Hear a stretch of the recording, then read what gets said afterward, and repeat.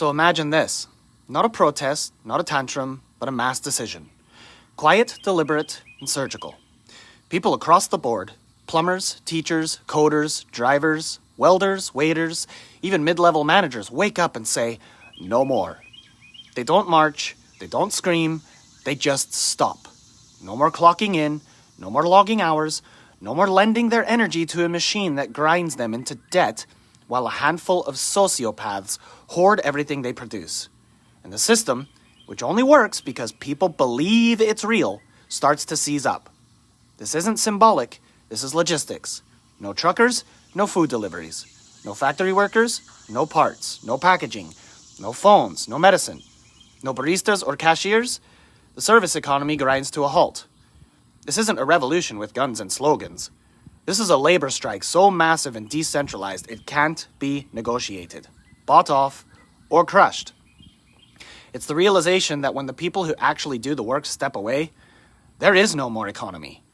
Not a slowdown, but an implosion.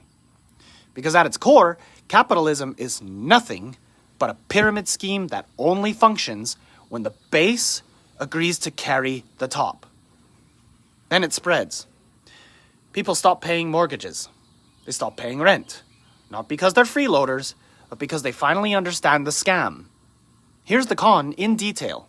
The bank loans you imaginary money typed into a screen with interest attached that didn't exist until you promised to make it real. You work 30 years to pay back a number they created out of thin air. You're not buying a home. You're renting it from a computer until you die. Rent is even worse. You pay a landlord who owns the property because they got a loan from the bank to invest. You're not paying for shelter. You're paying for their leverage. And they're paying their bank with your labor. The system isn't about housing people. It's about extracting wealth from you for simply existing in a building. And if you fall behind, they throw you in the street and tell you it's your fault. But once people stop paying, once enough tenants say, you're not getting another goddamn dime, the entire housing market, built on projected cash flows, collapses. Banks don't get their mortgage payments. Landlords can't service their debt, and suddenly, trillions in assets vanish from balance sheets. It's not theoretical, it's math. And when the payments stop, the default rate spikes, the credit market panics, and the dominoes start falling. Now this is where it gets surgical. When workers stop showing up and renters stop paying, government revenue collapses fast. Because the government, federal, state, or local, doesn't make money. It takes it from your income tax off your paycheck, from sales tax off your purchases, from property tax off your housing, and from fines, fees, and penalties slapped on the poor. So what happens when millions aren't working, spending, or paying into any of it? The tax base craters. Municipalities can't pay teachers, can't keep water systems functioning, can't operate garbage routes or bus systems. State budgets spiral into deficit. Police departments start cutting shifts. Firefighters don't respond. Streetlights stay out. Potholes don't get filled. The federal government, unable to collect what it expected, starts printing more currency and pushing us faster toward hyperinflation. The illusion of stability starts to unravel, and what used to be a slow erosion becomes a landslide.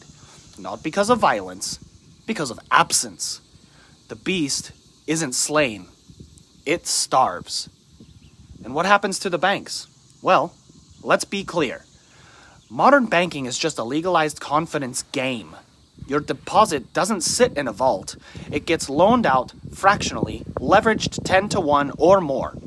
They loan money that doesn't exist based on debt that hasn't been paid, secured by assets that only have value as long as people keep believing the whole thing works. So when mortgages aren't paid and people stop spending, it's not just a missed payment. It's a chain reaction that nukes the liquidity system. Credit defaults rise, foreclosures spike, investment portfolios implode. The value of real estate plummets because it's no longer a safe asset. Commercial properties go empty, Residential properties turn into squats or community housing.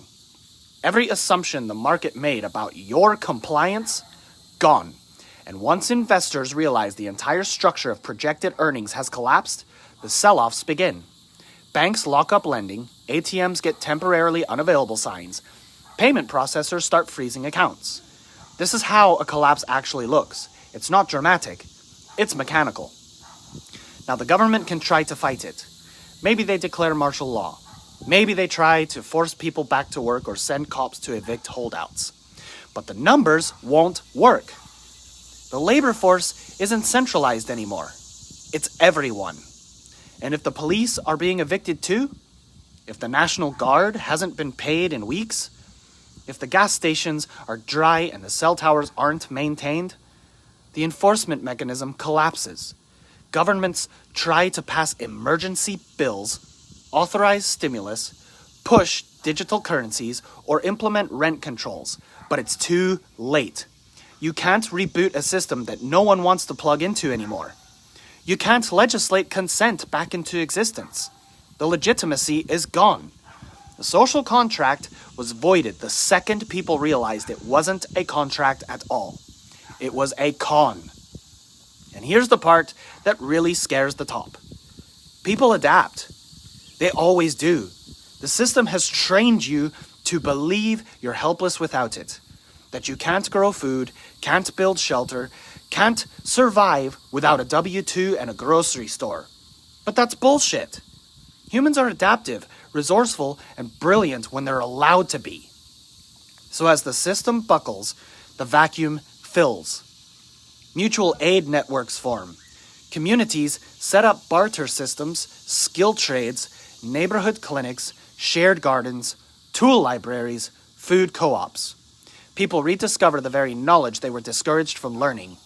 DIY becomes the new economy, a local-only network of survival, not based on profit, but on function, and here's what they'll find. Most of what the system told them was necessary wasn't. They didn't need branded cereal, fast fashion, luxury cars, or 9-to-5s. They needed each other. The system made sure you were too busy, too tired, too isolated to notice that.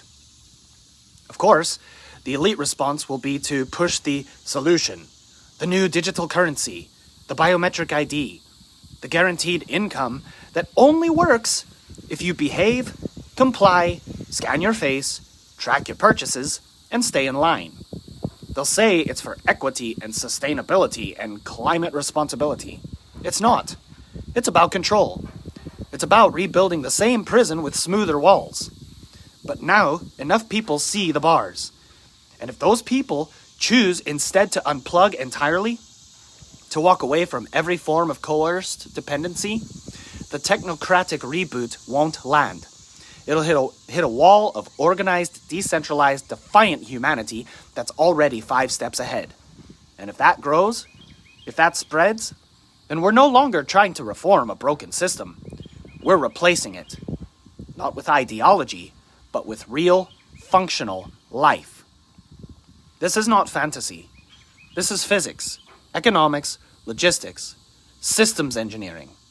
The world only runs because of your labor, your time, your energy, and the minute you withdraw it with clarity, en masse, strategically, the entire facade comes crashing down. You don't need to burn it, just stop holding it up. And yeah, it'll be messy. It'll be hard, but for once it'll be ours. For once we'll be living instead of surviving.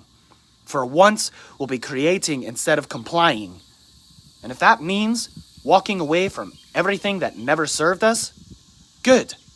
That's not failure. That's freedom. And it starts the moment enough of us stop pretending this is the best we can do. Stop complying. Stop paying for your own cage.